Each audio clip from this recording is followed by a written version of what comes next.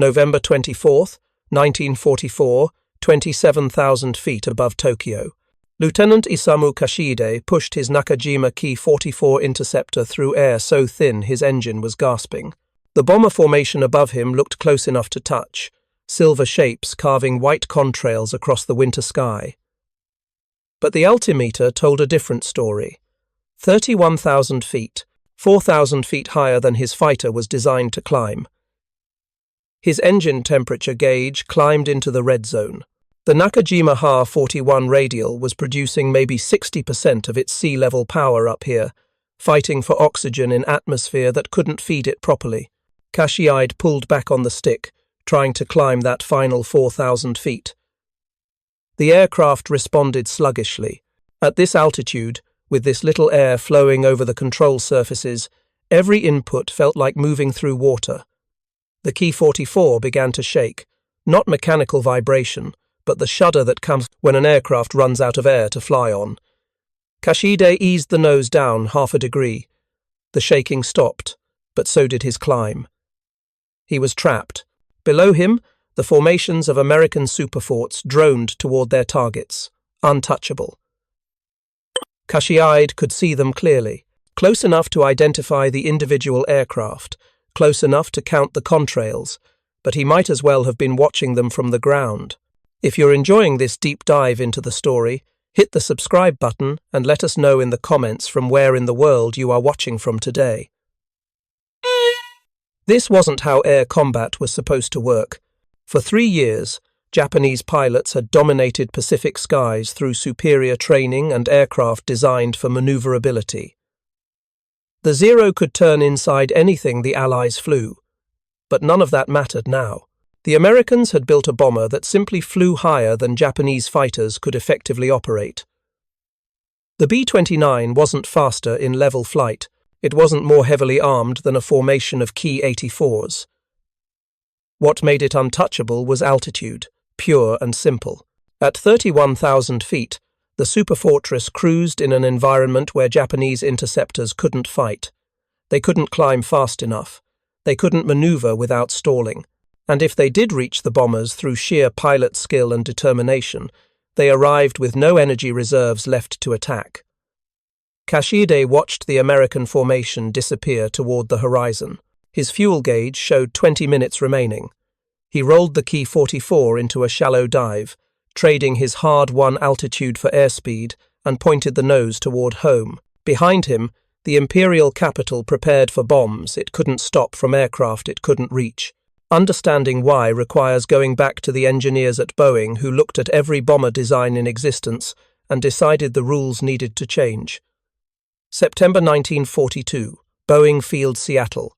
The first B-29 prototype sat on the ramp, and procurement officers from the Army Air Forces were trying to understand what they were looking at.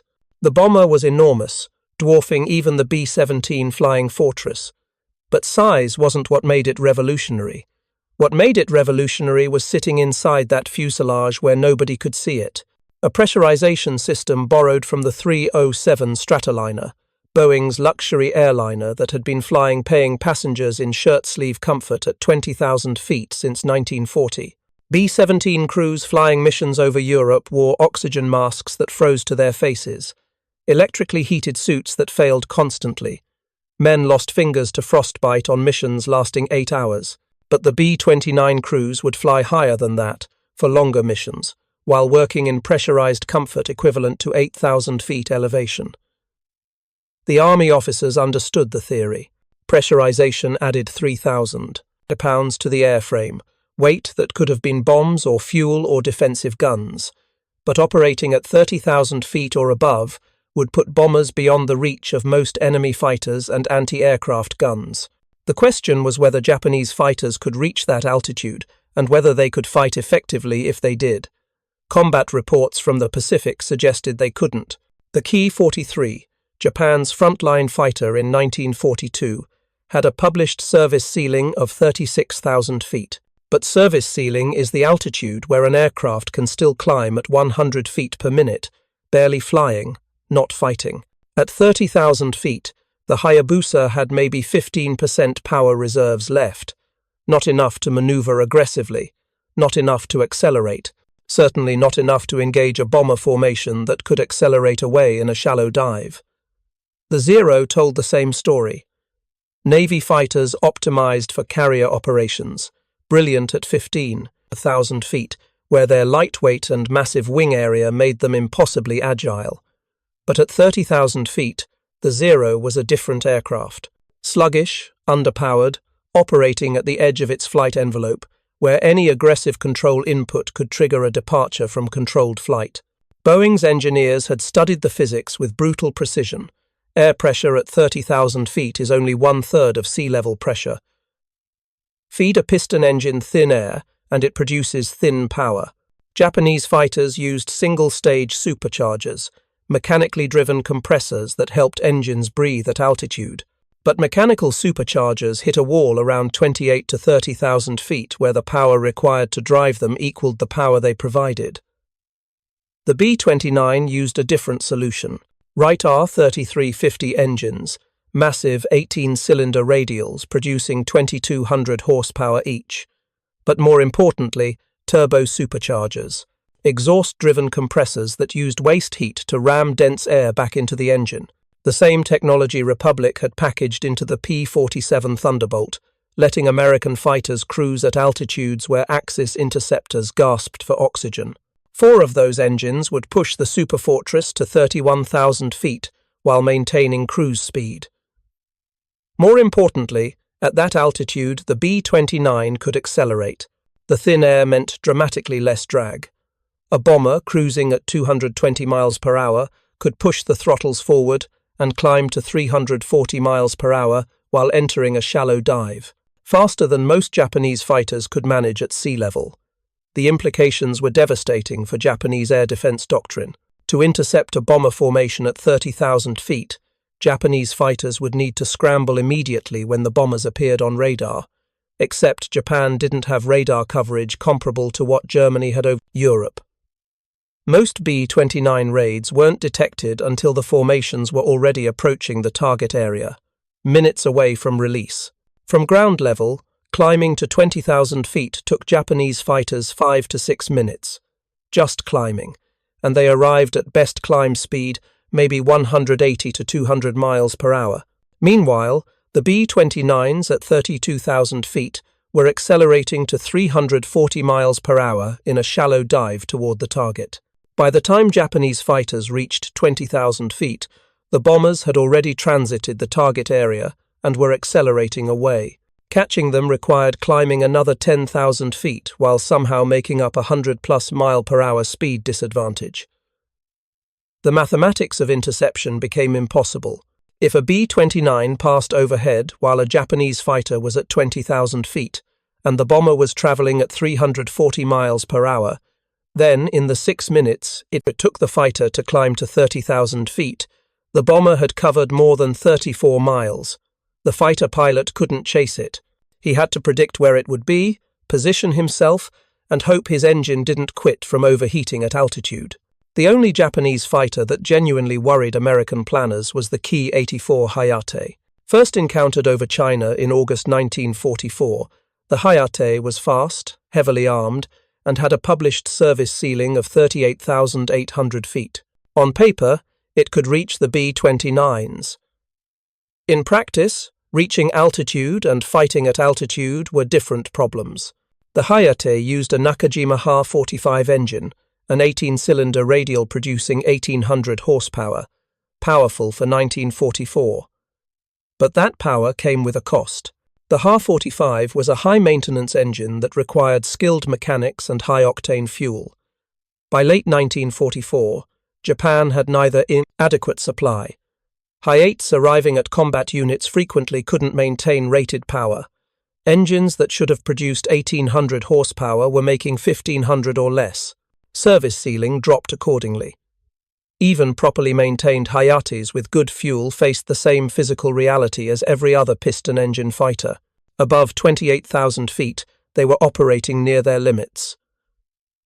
Pilots reported that aggressive maneuvering at 30,000 feet would cause the aircraft to enter a high-speed stall. The controls became mushy. Response times increased. and if a pilot pushed too hard, trying to lead a bomber, the Hayate would simply stop flying for several hundred feet of altitude until it dropped back into thicker air. American bomber crews reported seeing this repeatedly. Japanese fighters would climb to intercept altitude, position themselves for an attack, then hesitate. Not from fear. From physics. The pilots knew that committing to an attack run at 32,000 feet meant accepting that their aircraft might depart controlled flight halfway through the pass. Recovering from a high-altitude stall required altitude to spare. Stall at 32,000 feet during an attack run, and you might not recover until 25,000 feet. The bombers would be long gone. But here's what made the B-29 truly revolutionary. It wasn't just that Japanese fighters couldn't reach them. It's that American crews didn't need oxygen masks or heated suits to operate at altitudes where Japanese pilots were struggling to remain conscious. The pressurized cabin maintained 8,000 feet equivalent inside the aircraft. Crew members moved through the fuselage in shirt sleeves. They drank coffee. They operated complex equipment without the cognitive impairment that comes from oxygen deprivation. Meanwhile, Japanese pilots at 32,000 feet were breathing through emergency oxygen systems, originally designed for reconnaissance aircraft making brief excursions to extreme altitude, not for sustained combat operations. The oxygen bottles were heavy, the regulators froze frequently, and human performance degraded rapidly above 30,000 feet, even with supplemental oxygen. Reaction times slowed. Decision-making became impaired. Pilots developed tunnel vision, where they fixated on single targets and lost situational awareness. The Superfortress crews had none of these problems. They worked in an environment optimized for human performance. When Japanese fighters did manage to position themselves for attacks, American gunners engaged them from climate-controlled compartments, where they could operate the remote-controlled gun turrets with precision. The computerized fire control system let a single gunner direct multiple turrets toward threats. The defensive firepower was formidable, even before accounting for the altitude advantage. November 24, 1944, Saipan. 111 B-29s prepared for the first major raid on Tokyo since Doolittle's desperate attack in April 1942. This time, there would be no hasty retreat to friendly territory.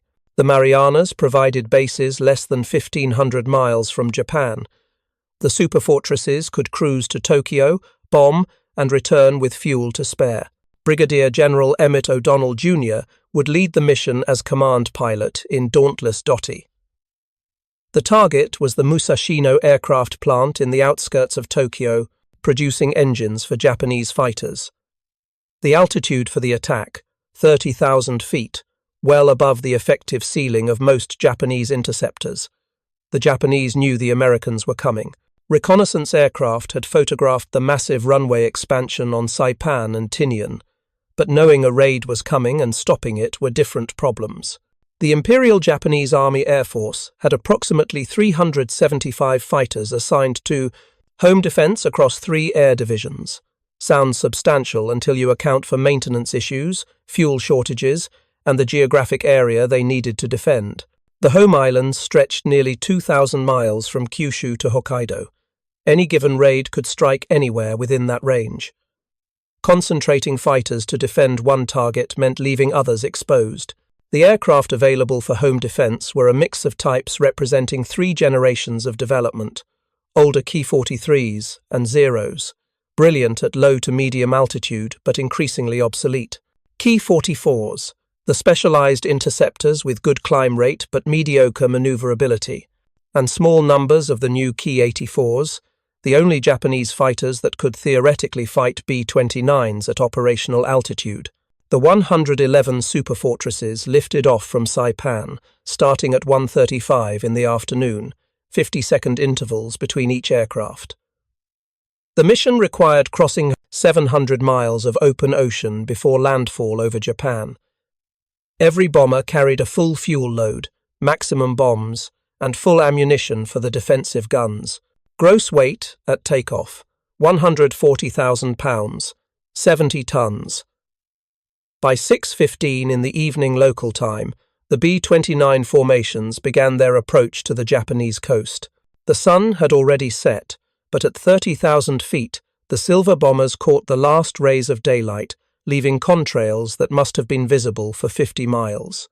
Subtle approach was impossible at these altitudes.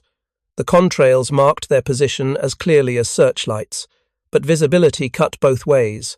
The American crews could see the entire Tokyo metropolitan area spread out below them. The Japanese response was immediate but disorganized. Fighters from 3 different air divisions scrambled from bases around Tokyo. Ki-44s from the 4th Sentai at Ozuki. Ki-84s from the 22nd Sentai recently arrived from China. Even some older Ki-43s from training units pressed into service because every available aircraft was needed. They climbed frantically toward the American formation, and they discovered what Lieutenant Kashiide had learned the hard way. The B-29s weren't just high. They were operating in an altitude band where Japanese fighters couldn't generate enough power to fight effectively. The Ki-44 pilots, experienced interceptor specialists, found their aircraft responding sluggishly to control inputs at 30,000 feet. The engine temperatures ran hot because cooling airflow was insufficient. Manifold pressure dropped even with the superchargers running at maximum boost, and every minute spent at combat power at this altitude brought them closer to engine failure. Several pilots attempted the standard tail attack, climbing to bomber altitude from astern and closing for firing runs. But the B-29s weren't cooperating. The formation tightened up as fighters approached. Overlapping fields of fire from the remote-controlled turrets created kill zones that extended hundreds of yards behind each bomber. And when fighters committed to attack runs, the bombers simply accelerated. Not much, 10 or 15 miles per hour.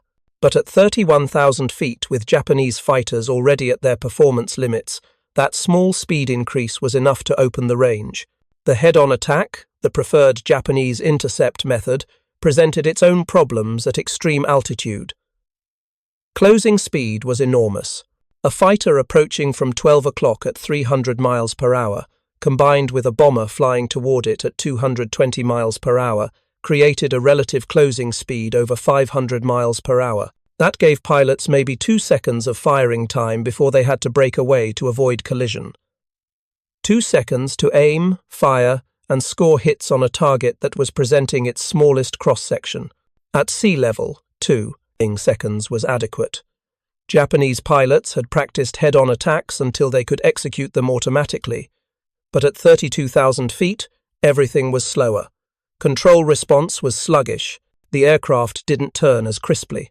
And if a pilot misjudged the breakaway, tried to dive under the bomber formation too steeply, the thin air couldn't support the wing loading during high-G maneuvers.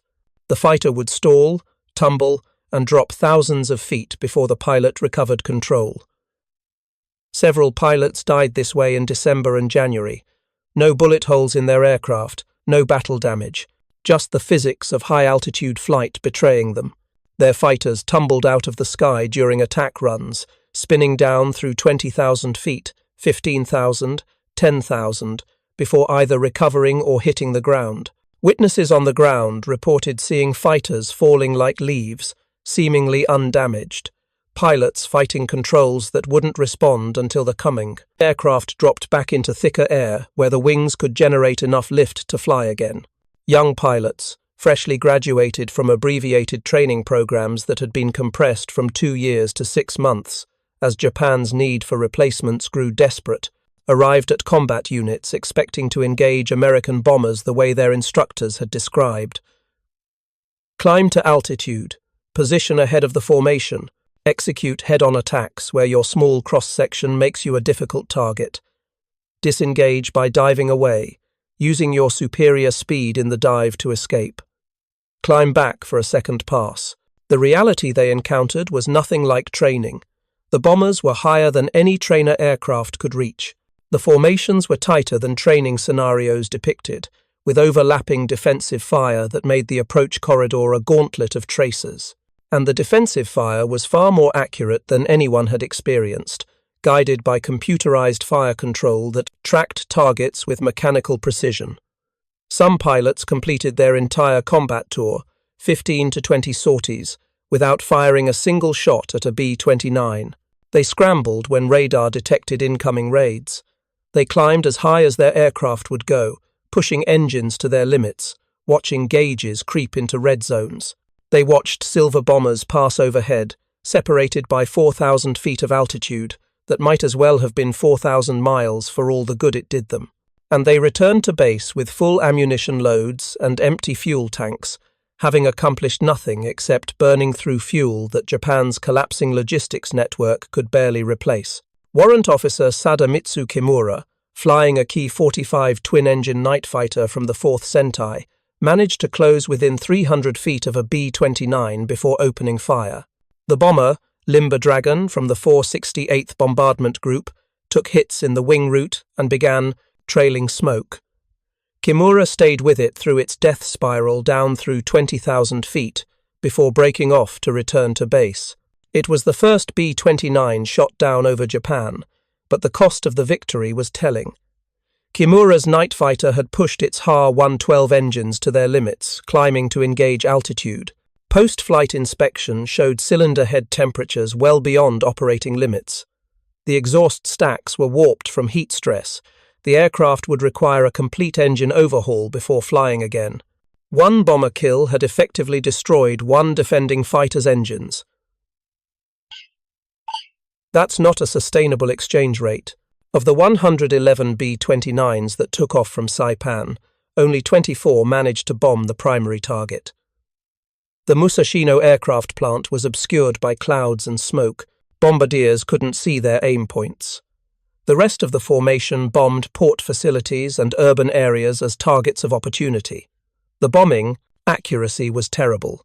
Most bombs fell in residential areas miles from any military target. But the raid accomplished something more important than physical destruction. It demonstrated that American bombers could reach Tokyo, operate at altitudes where Japanese fighters struggled to engage them, and return safely to base. Only one B-29 was lost to enemy fighters. One more disappeared over the ocean, possibly from mechanical failure. For the Japanese, the psychological impact was devastating. If you find this story engaging, please take a moment to subscribe and enable notifications. It helps us continue producing in-depth content like this. The Americans intercepted radio traffic from Japanese fighter pilots after the raid. The tone was shocked, almost disbelieving. Pilots reported that they could see the American bombers clearly. They could watch them approach. They could watch them bomb, but they couldn't climb high enough to attack effectively. And when they did reach altitude, their aircraft wouldn't respond properly to control inputs. Air defense planners across Japan spent the next few days analyzing what went wrong. The answer was uncomfortably simple. Nothing went wrong. The system worked as designed. Radar detected the incoming raid. Fighters scrambled immediately. Pilots climbed to intercept altitude. They attempted standard attack procedures. But standard attack procedures were designed for bombers operating at 20 to 25,000 feet. The B-29s were operating 6,000 feet higher than that, in an altitude band where physics became the Americans' ally. December brought more raids.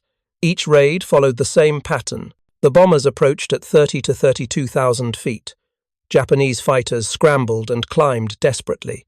A handful of pilots with extraordinary skill managed to reach attack positions.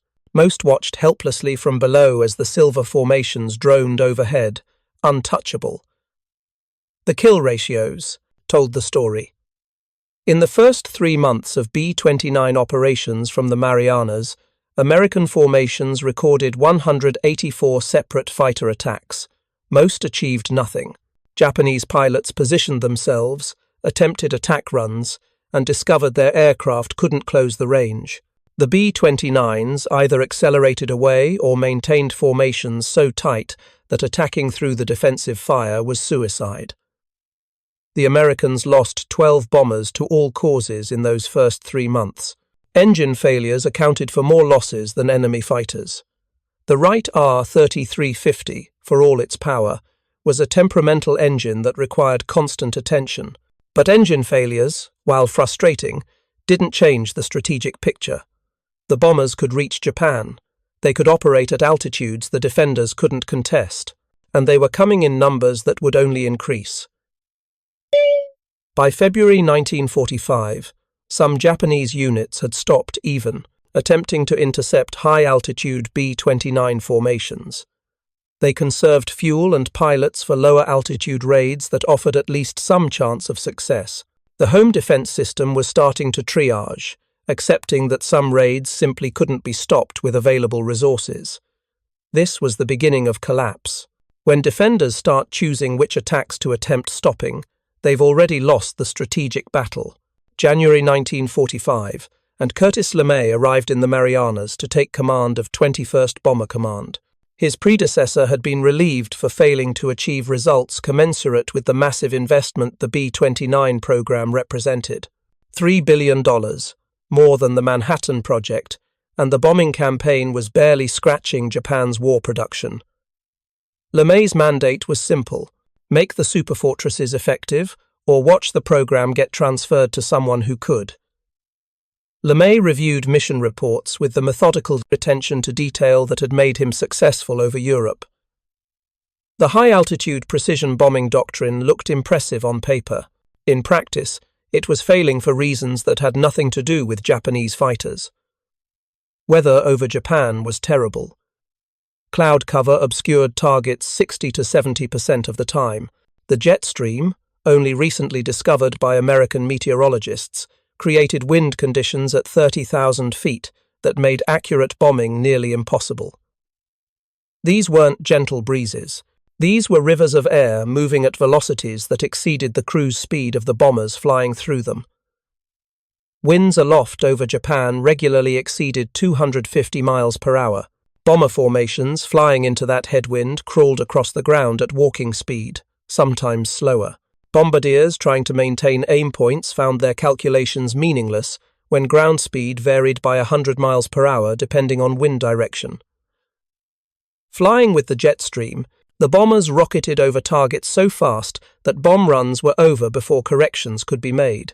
The bombardier would acquire the target, begin calculating the release point, and suddenly the target was behind them, and the wind threw bombs miles off course. Bombs released from 30,000 feet had a flight time of over a minute.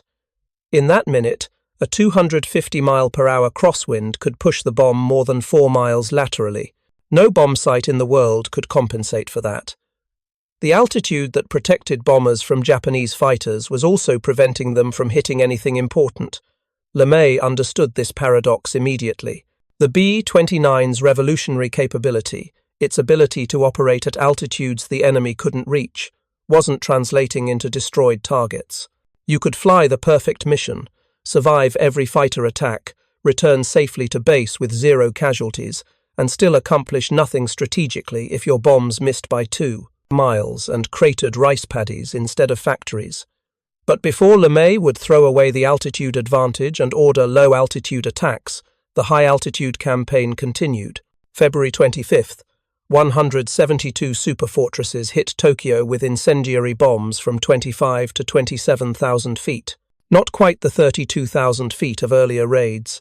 Weather forced them lower, but still high enough that Japanese fighters struggled to reach them. The results were mixed. The bombs started fires that consumed approximately 1 square mile of the city, but accuracy remained terrible. And the lower altitude, while still beyond the reach of most defenders, allowed a handful of skilled pilots in key 84s to reach attack positions.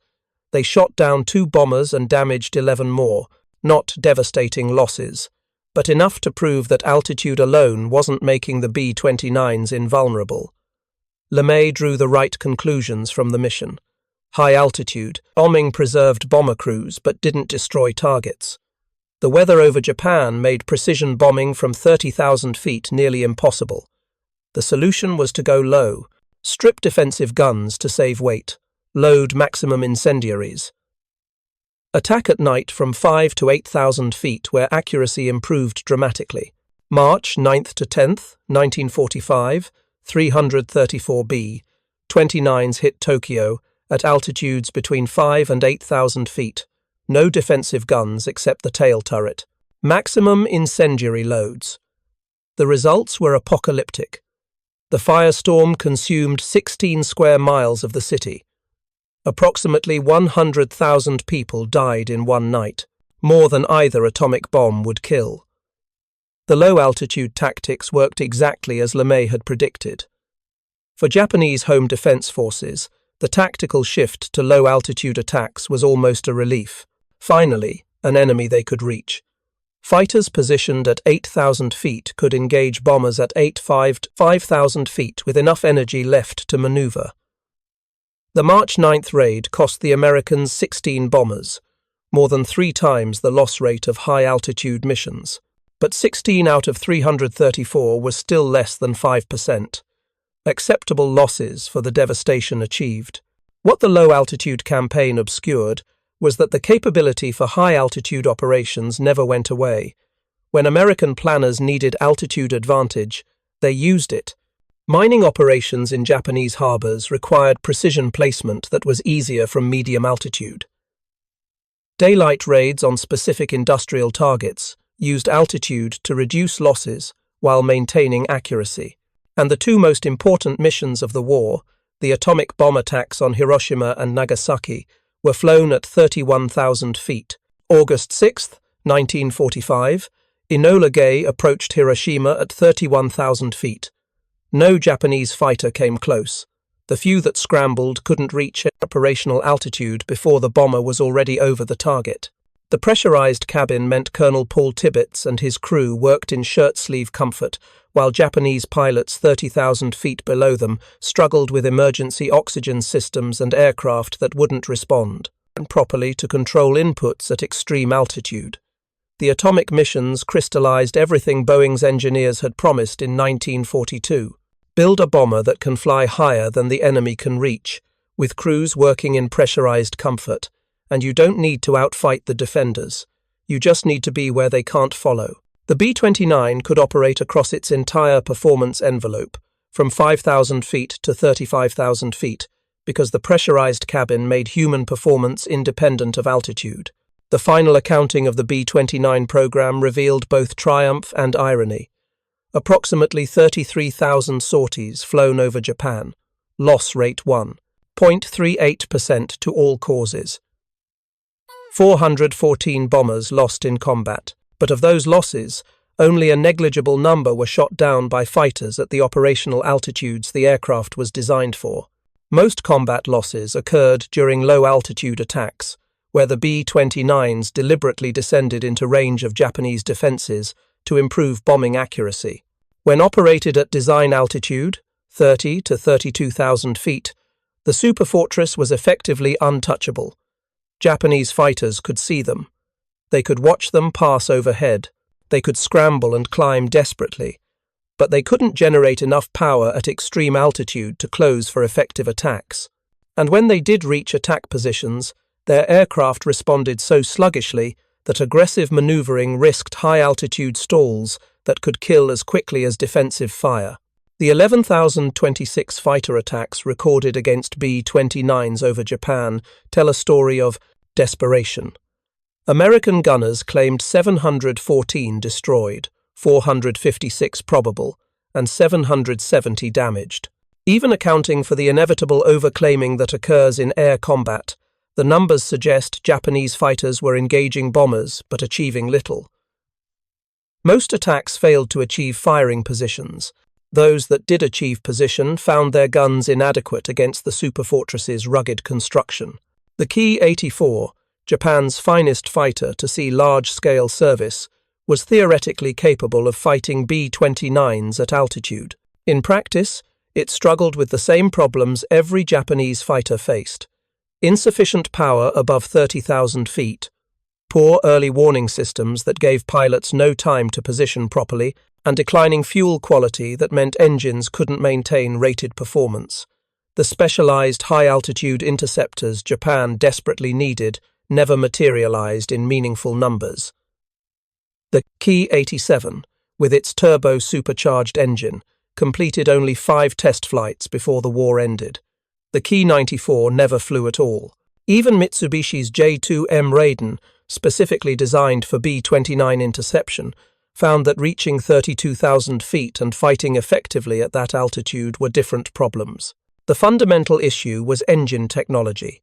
Japanese aircraft designers were as skilled as anyone in the world. Japanese pilots were among the most experienced, but Japanese engine manufacturers couldn't produce reliable high-altitude power plants in the quantities needed. Mechanical superchargers hit their limits around 30,000 feet. Turbo superchargers required materials and manufacturing precision that Japan's wartime industry couldn't consistently deliver. By summer 1945, the strategic picture was clear. Japanese cities were burning. Industrial production was collapsing. The B-29 campaign, whether conducted at high altitude or low, had achieved its objective. Japan's ability to wage war was being systematically destroyed, and when American planners needed absolutely certain that a bomber would reach its target unmolested, they flew it at 31,000 feet, where Japanese fighters could see it but couldn't touch it. Thank you for watching. For more detailed historical breakdowns, check out the other videos on your screen now, and don't forget to subscribe. September 2nd, 1945, and Japan signed the surrender documents aboard USS Missouri in Tokyo Bay. The B-29s had stopped flying combat missions 2 weeks earlier, but the silver bombers remained visible in the skies over Japan, flying reconnaissance missions and supply drops to prisoner-of-war camps. They flew at medium altitude now, around 15,000 feet, not because they feared Japanese fighters.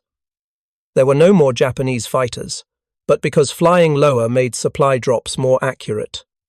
The psychological impact of those post-surrender flights was profound. For 4 years, Japanese civilians had been told their military would protect them. The reality was different. American bombers had appeared over Tokyo in November 1944 and never stopped coming. They flew at altitudes where Japanese fighters couldn't reach them, and when defenders finally adapted to high-altitude interception tactics, the bombers changed tactics and attacked at low altitude instead. The flexibility to operate across the entire altitude envelope, from 5,000 feet to 35,000 feet, was what made the B-29 revolutionary. The pressurized cabin that had seemed like an expensive gamble in 1942 was actually the key to everything. Crew performance mattered more than altitude. Crews working in pressurized comfort could execute complex bombing runs, operate sophisticated equipment, and maintain situation awareness throughout missions lasting 15 hours. Meanwhile, Japanese pilots at 32,000 feet were fighting hypoxia, cold, and equipment that barely worked in the thin stratosphere. Lieutenant Isamu Kashiide survived the war. After the surrender, he was interviewed by American intelligence officers investigating Japanese air defense tactics. When asked about intercepting B-29s, his answer was blunt. "We could see them. We climbed as high as our aircraft would go, but we could not reach them with enough energy left to fight. It was like watching birds fly overhead. You can see them clearly, but you cannot touch them." That was the essential truth of high-altitude B-29 operations. Visibility didn't equal accessibility. Japanese fighters could track the bombers visually from the moment they crossed the coast until they disappeared over the horizon. But that visibility was useless without the ability to close to firing range and maintain control of the aircraft while doing so. At 32,000 feet, Japanese fighters were operating at the edge of their performance envelope. The B-29s were cruising comfortably in the middle of theirs. The engineering that made this possible wasn't magic. It was the systematic application of technologies that had existed for years. Pressurized cabins from airliners, turbo superchargers from high-altitude research aircraft, remote-controlled turrets from early experiments with bomber defense. What Boeing did was integrate these technologies into a single aircraft optimized for a mission that no other bomber could accomplish. Fly higher than the enemy could reach. Maintain crew performance through pressurization. Deliver maximum bomb loads to targets 1,500 miles from base. Return safely. The $3 billion price tag that seemed outrageous in 1942 looked different by August 1945. The Manhattan Project cost $1.9 billion, and produced 2 atomic bombs. The B-29 program cost $3 billion and produced a delivery system that could reach any target in Japan from bases the Japanese couldn't threaten. Without the superfortress, the atomic bombs would have been impressive weapons with no way to employ them against mainland Japan. The bomber made the bombs strategically relevant, but the larger legacy was proving that altitude could be armor. For the first 30 months of World War II, bomber advocates had argued that formations of heavy bombers could fight their way to targets without escort. The Luftwaffe had destroyed that theory over Germany. Unescorted bombers died. But the B-29 proved there was an alternative. Don't try to outfight the defenders. Fly where they can't reach you. The pressurized cabin made that possible by letting crews work effectively at altitudes that incapacitated anyone without pressurization. Japan's failure to counter high-altitude B-29 operations wasn't for lack of trying. Engineers proposed dozens of solutions. Specialized interceptors with turbo superchargers, rocket-powered point defense fighters, modified existing types with improved superchargers and reduced weight. Some of these programs showed promise. None delivered operational aircraft in time to matter. By the time Japan could field fighters capable of fighting at 35,000 feet, the Americans had already won the strategic bombing campaign through low-altitude tactics. The irony was perfect. Boeing built a bomber optimized for high-altitude precision bombing. American tacticians used it primarily for low-altitude area bombing. But the capability for high-altitude operations remained available whenever conditions required it. And for the 2 missions that actually ended the war, altitude advantage was exactly what American planners wanted. Fly high, deliver the weapons, and let Japanese fighters watch helplessly from 6,000 feet below. The title promised you an explanation of why B-29 crews started bombing and from 32,000 feet and made Japanese interceptors stall out. The answer is simpler than the engineering suggests. Altitude equals advantage when your opponent can't generate power at that altitude. Japanese fighters could reach 32,000 feet on paper. In practice, they arrived with no power reserves for combat. Any aggressive maneuvering risked stalls. The thin air couldn't support high G-turns. Pilots who pushed too hard fell out of the sky. Meanwhile, B-29 crews worked in pressurized comfort, operating equipment that required clear thinking and steady hands. They drank coffee at 31,000 feet. They moved through the aircraft without oxygen masks. They maintained peak cognitive function throughout 15-hour missions. That's not a small advantage. That's the difference between winning and losing when the operational environment is 7 miles above the Earth. Boeing's engineers understood this in 1942.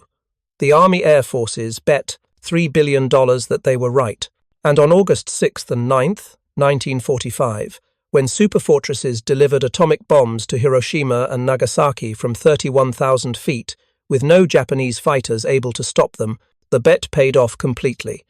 Altitude was armor, thin air was a weapon, and the pressurized cabin was the technology that made both possible. Thank you for watching. For more detailed historical breakdowns, check out the other videos on your screen now, and don't forget to subscribe.